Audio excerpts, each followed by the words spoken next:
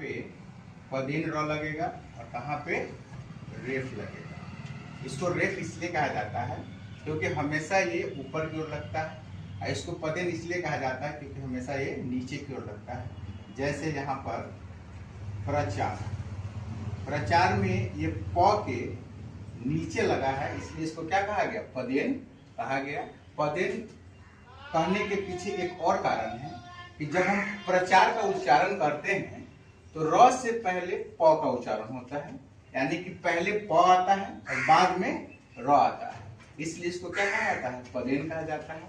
जैसे चक्र, इसमें क्या है, च क उसके बाद में र का उच्चारण हो रहा है, इसलिए क के नीचे है, यानी कि जिसका वैल्यू बाद में होता है उसका कहा जाता है, गाँव में जिसका वैल्यू कम है उसको पाँव के नीचे रखा जाता है। इसलिए यहाँ पर क्या है, क के बाद में र आ रहा है, इसलिए इसको क्या कहा जाता है, चक्र, और इसको पदेन कहा जाता है।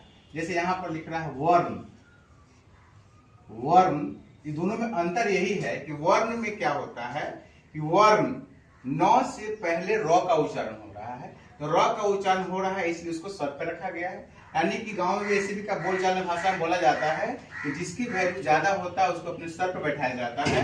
यहाँ वर्ण, वर्ण में व र न, पहले न से पहले र का उच्चारण हो रहा है, इसलिए यहाँ पर हम क्या करेंगे, रेफ को ऊपर लगाएंगे। जैसे पूर्ण, पूर्ण, पूर्ण में पहले र आ रहा है उसके बाद में न आ रहा है, लेकिन यहाँ चक्र क के बाद में र आ रहा है, तो जब किसी भी संख्या के बाद में र आएगा तो वो पदेन हो जाएगा, और संख्या के पहले र आएगा तो क्या हो जाएगा, रेफ कहलाएगा, यानी कि शीर्ष पे कहलाएगा। इसकी पहचान का आसान तरीका यही है कि शब्द के बाद में आएगा तो वो पदेन हो जाएगा, और शब्द के पहले आएगा तो क्या हो जाएगा, रेफ हो जाएगा।